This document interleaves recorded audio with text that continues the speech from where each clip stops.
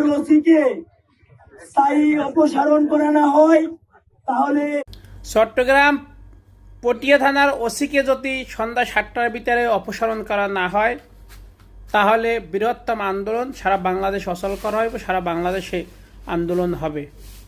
যেটা বলতে চাইছে আমাদের রাকিব নাকি ভাই, কারণ জুলাই যোদ্ধার মা বাবা হয়েছে যে শহীদ হয়েছে তার বাচ্চা কাছে তিনখানায়, আর তারা বউল ইয়া করে ভিলেজ পলিটিক্স করে, বুঝছেন? তারা ভাই এইখানে আর নাই, এখানে খাইবে না। হয়তো মানবতার দিক দিয়ে অপসারণ করতে পারে কি, এখন আর সেই ধারায় নাই।